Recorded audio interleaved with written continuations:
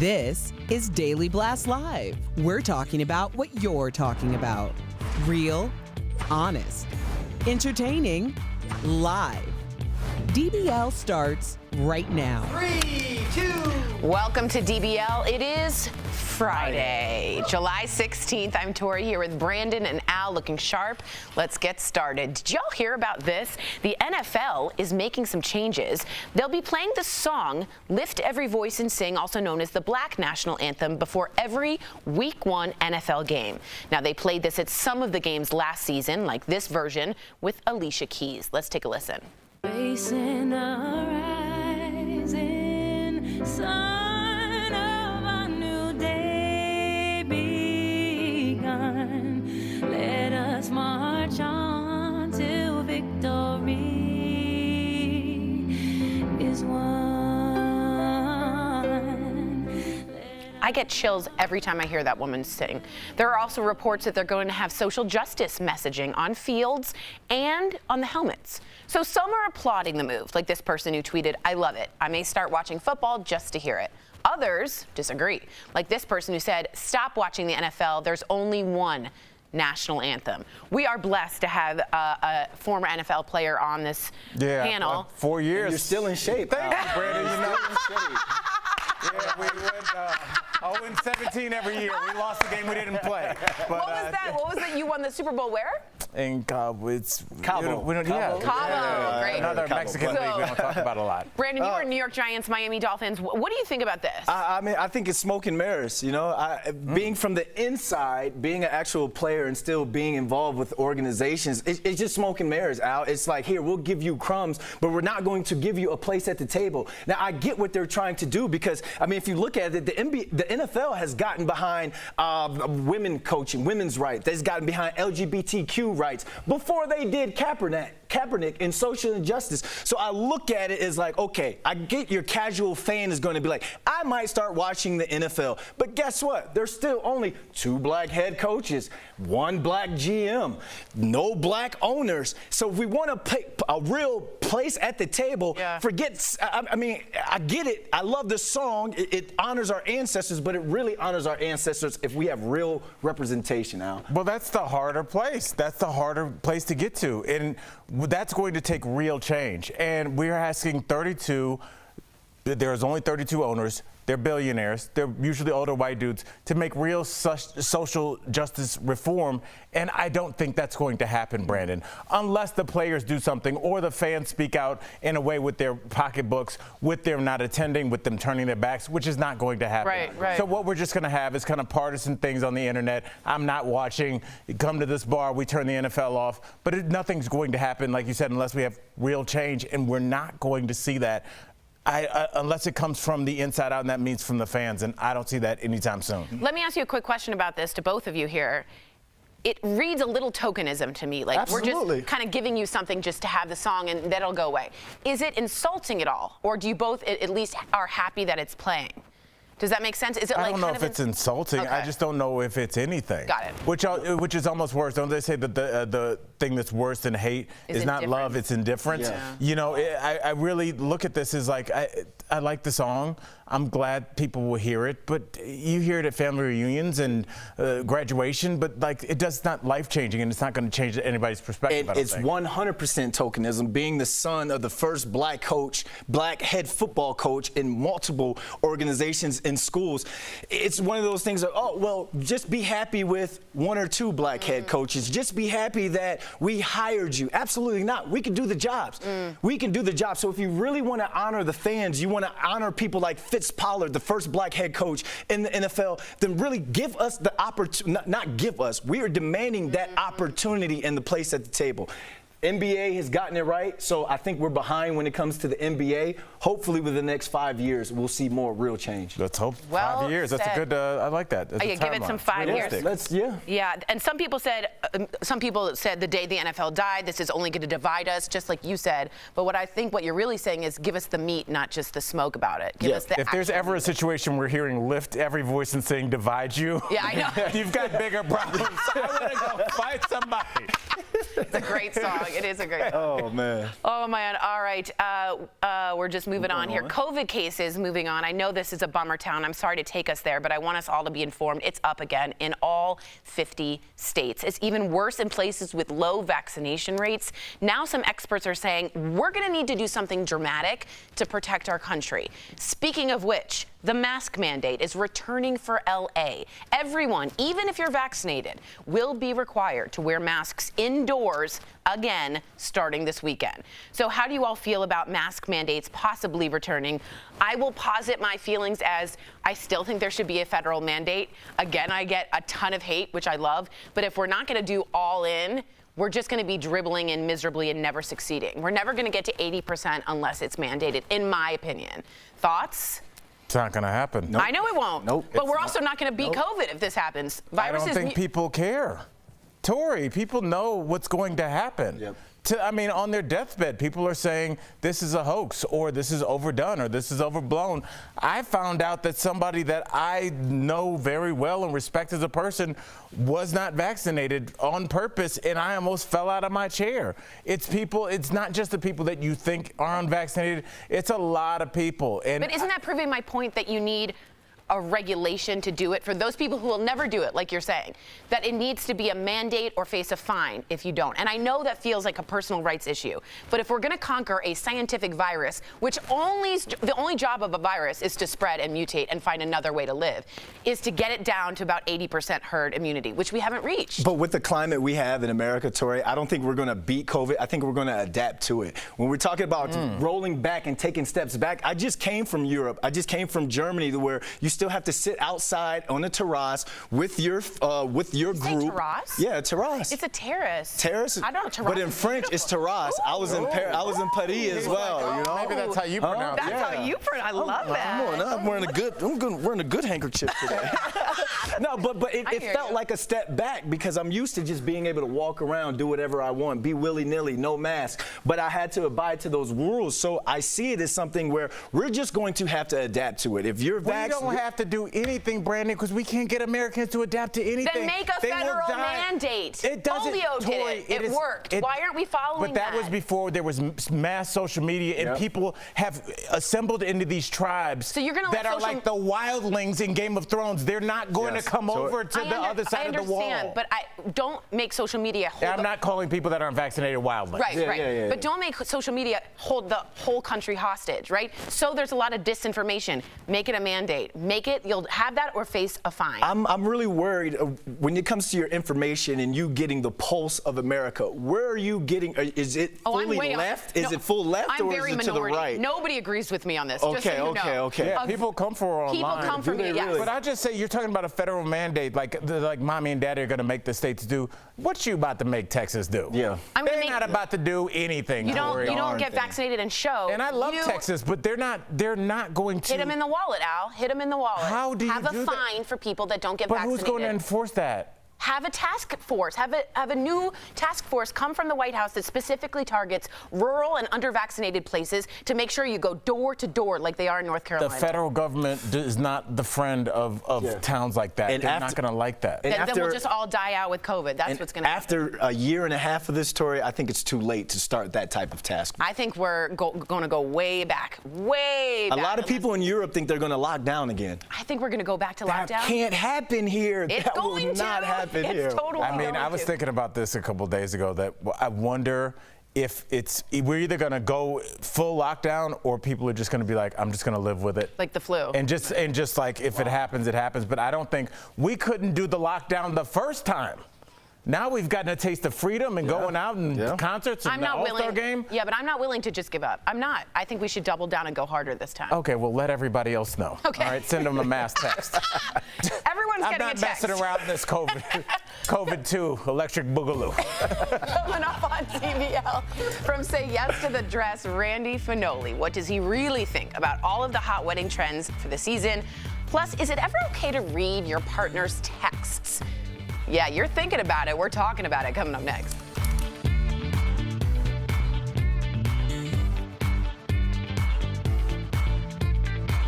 Closed captioning provided by... Hi, DBL Nation. It's Kelly Schuberth here with the DBL Digital team. Thanks for joining us this Friday. Happy Friday. We are so excited we made it through the week here at DBL. Brandon. Terrace? Terrace. I could not hold it. I've never seen everybody in the studio turn around. Everyone. It's French. Yeah. Look at the French. It's the French pronunciation of it's terrace. Is it though? I was just so there. beautiful. It just caught me off guard, that's all, and I could not hold it together over there. We were in a serious conversation, and I was like trying to hold it together. It made me feel unsophisticated. It made me feel that too. I mean, what do y'all want me to pop my collar on y'all? Yeah. What do you want No, me to do? I Listen. let's listen, DBL Nation. Terrace. Oh, He's put it up right. to the speaker He's so they right. can hear. Yeah, let's hear it. Terrace. You know, I didn't roll my R the way the French do, but I was close. I was close enough. DBL Nation didn't stop you in your tracks when you heard it too. You know what I've had problems telling the difference? I don't know what a veranda is. I thought a veranda was like on the top. The outside garden or no? But I thought it was like overlooking like what like the Queen of England would open the double doors and say At the hello veranda. people. Yeah, what is the difference? Chris, what's a veranda? Only reason why I know is there's a cool bar in New York City. I have no idea. I don't know either. I feel like a veranda is one that has like still has the opening. Let me get it. Guys, let's make sure. I get the definition. Yeah. Lydia, can y'all meet me at the terrace later on? Tori, tell us what a veranda Tori, is. what's a veranda? A veranda is a covered outdoor portico. So it is covered. Yeah, verandas. A roof platform But it may along have the the, like outside the of a house. slots in it, you know, that still the sunshine can shine through. A But roof isn't that a platform porch? along the outside of a house. Okay, so it has to be level with the ground floor. So Oh, okay, DBL so it's Nation, on the- okay. we've now So it's enlightened a- you What is with an a new word enclosure? today. You have An those in like enclosure? Florida and Arizona where it's like they've got You split mean like a screened-in porch? Yeah. No, But isn't that a patio enclosure? Yeah, patio enclosure. All right. TBL Nation, it's Friday. We're off the rails here. Tune in. We'll see you soon.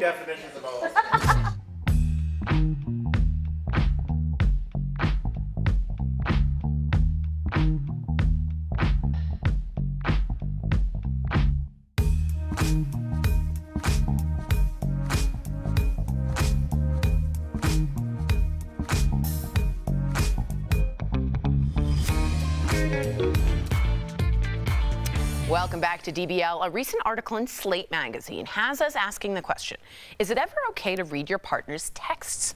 Well, a man wrote in to say that he recently snooped through his girlfriend's phone and he found text messages she sent to an ex telling him that she isn't that attracted to her current boyfriend. Well, the man says he's now devastated over this discovery, but not sure if he should confront his girlfriend since he went through her phone. Nope. Okay. Just get out the lease.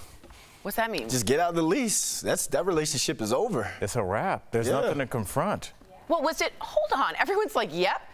We need to have a minute, first of all, in this conversation to be on air. Second of all, are you supposed to go into someone's phone? Isn't that at some point his fault? I think, and Brandon, tell me if you think I'm wrong, if you have the thought that you need to look, it's over already. If you have the thought that you need to look. What if you're a Snoopy Doopy person? Then there's something going on with you. You're not busy enough. Yeah. Why are you looking at me like I'm doing that? What are you going to do? Stare straight into the air?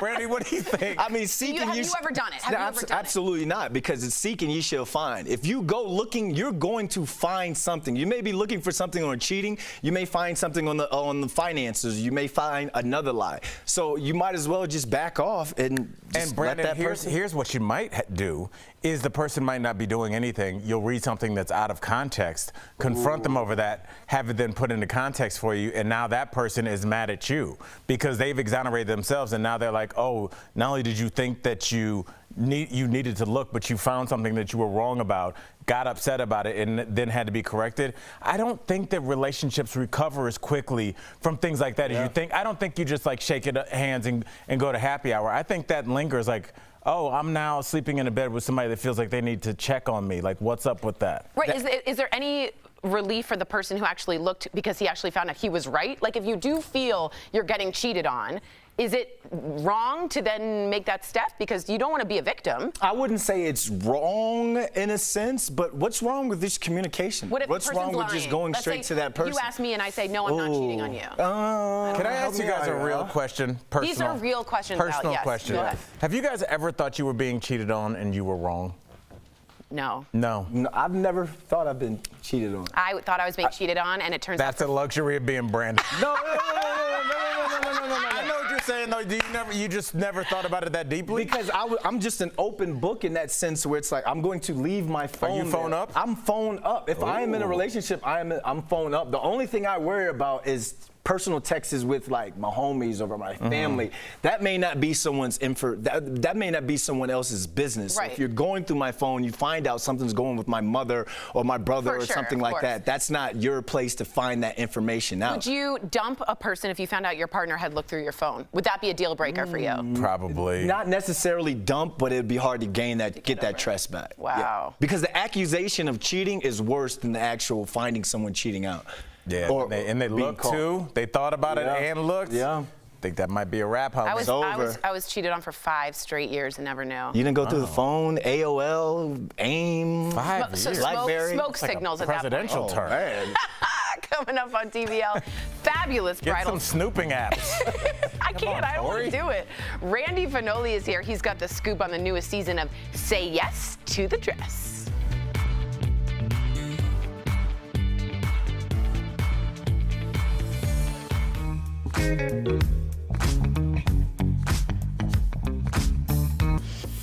When it comes to COVID, kids have fared better. They don't get as severe cases, but growing evidence is showing they are getting long COVID, and that could be a problem. Let's connect the dots. As more and more adults are getting vaccinated, children and young adults are making up more and more of new coronavirus cases. Right now, children under the age of 12 are still not eligible for the shot, and many young adults are slow to get the vaccine because they tend to not get severe COVID cases. So what does the science say about kids in long COVID? There isn't a lot of research right now, and there's some conflicting findings. Researchers in Italy found that 42% of children who contracted coronavirus still had at least one symptom 2 months later. 4 months later, that number dropped to 27%. Meanwhile, a study out of the UK found only 10 to 13% of children had symptoms after 5 weeks. According to the MIT Technology Review, children are showing similar long COVID symptoms as adults. That means joint pain, fatigue, heart palpitations, and respiratory problems. Doctors try to relieve the symptoms, but there is no cure. Researchers hope vaccination could ease some long COVID symptoms.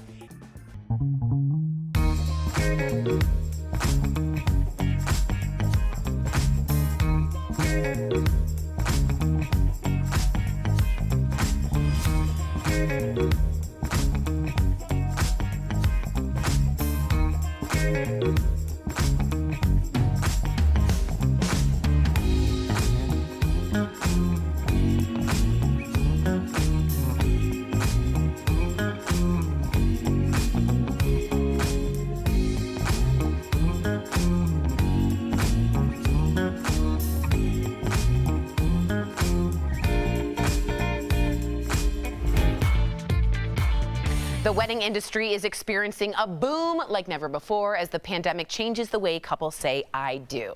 Well, earlier, Lindsay and I chatted with Randy Finoli of TLC's Say Yes to the Dress to talk about wedding dresses and trends. Here's today's DBL Spotlight. Are you saying yes to the dress? We are here with the one, the only, the fabulous Randy Finoli, bridal designer and host of TLC's Say Yes to the Dress. Thank you so much, Randy, for coming on DBL. Well, first of all, let me say hello, beautiful Tori and Lindsay. And I have to tell you that after being locked up for a year, that I think, brides are so excited and couples are so excited to be back celebrating with family and loved ones and having parties and be able to hug. So weddings are back and Say Yes to the Dress is back. Honey, this is not what I am looking for. You don't like anything? I've always wanted to ask Randy Finoli this question. I got married and I regret the dress I picked. Really? Yeah. And Randy, it's really vanilla, it's very basic, and I'm not basic, and I want to know what you think about dress regret. I've gone to therapy, Randy, about this dress. I'm a therapist. Okay, so I have a question for you. Yeah. How long have you been married? Almost 8 years. Okay, so in 2 more years, you're going to have a vow renewal, and you're going to get the dress that you always wanted. I knew he'd say that. So smart. You educate and you empower brides on choosing the most important dress of their lives, but actually, what makes the dress perfect? Like, where do you start? I think what makes a dress perfect is when a bride feels beautiful in a dress. When you feel beautiful and that it reflects your personality and your style and your taste. Whether you want to be a princess or boho or sexy or traditional, it needs to reflect who you are, and you need to feel beautiful in that dress. And for me, when a bride steps on that pedestal and she looks in the mirror, and sometimes for the first time in her life, she actually feels beautiful. For me, that's like winning the Academy Award every single day. It never gets tired. This is my husband, and this is my fiance. Wow. This kind of dynamic is not for everyone. This new season of Say Yes to the Dress, it's really diverse, okay? You're helping a throuple and even a blind bride find their dress. What was your biggest challenge? Talk to me about this. I personally have never worked with a bride that's blind, and she literally had to choose her dress with the help of her entourage, her friends, the consultant and I, and her sense of touch, because she couldn't see the dress. I had this feeling inside of me that I wasn't ever going to be able to find someone, because, I mean, who wants to be with someone who can't see? At the end of every show, you see this beautiful couple or throuple going down the aisle, getting married, and I think it gives people hope. Yeah. And especially after this horrific year that we've been through, I think that our show is even more timely than it ever has been. Now, you are known as the most trusted source in the bridal industry, so we have a little game to play. It's called Trendy or Tacky, okay, based upon all the new wedding trends we're seeing this year. So first, black wedding dresses, Randy, tacky or trendy? Absolutely not. I'm sorry. You know, when I say absolutely not, let me preface that by saying, you know, there may be a goth bride. Right. She may be getting married on Halloween. She may want a black dress. For me personally, I think that black should be reserved for funerals. I think that that's the one thing that says bridal is white. But when you start doing colored wedding dresses, like burgundy and emerald green, that's called evening wear. Foregoing the veil, is that tacky or trendy? I'm pro veil. Me too. Because it's the only time in your life you get to wear a piece of tulle on your head and not look ridiculous. And without a veil, you're just a pretty girl in a white dress, right?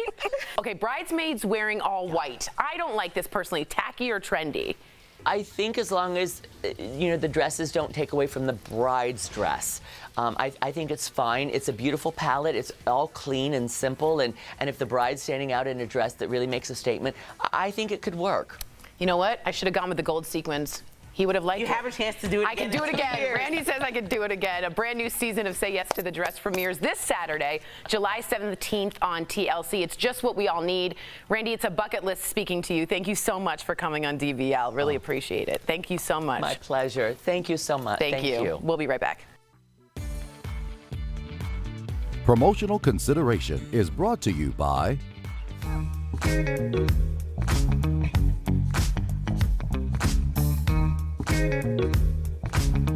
You've probably heard members of Congress describe their medical insurance as the standard to beat, like Representative Alexandria Ocasio-Cortez in this tweet with 615,000 likes.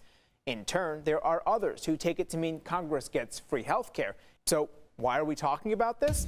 Verify viewer Keith wants to know, do members of Congress really get free medical care for life?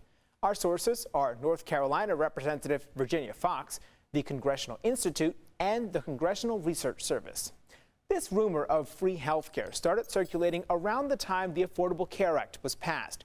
In fact, the 2010 law actually required members of Congress to use the D.C. health care exchange to get insurance if they want it, as Representative Fox points out on her website, explaining members of Congress are responsible for part of the premium just like everyone else.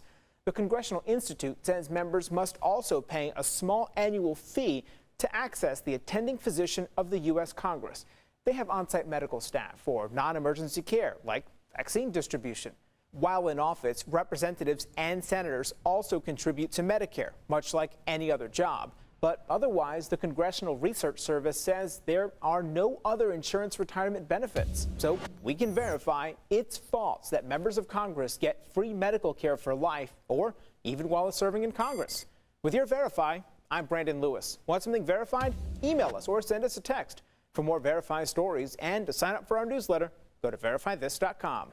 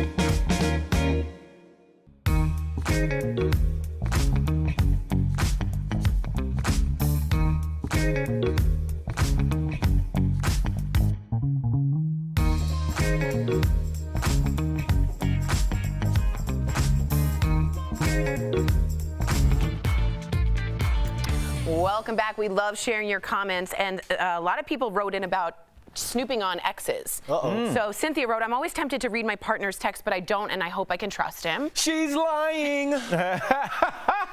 Wow, and I'm glad that our people feel comfortable writing in after that. I'm glad they feel comfortable lying to us. Gary wrote, I read my ex's texts and it didn't end well, which is not great. And finally, Robert Shep wrote, I love that French pronunciation of terrasse Brandon rocks. Yeah, you know, I spent 5 years in Montreal. You know, spent about 5 days in Putty.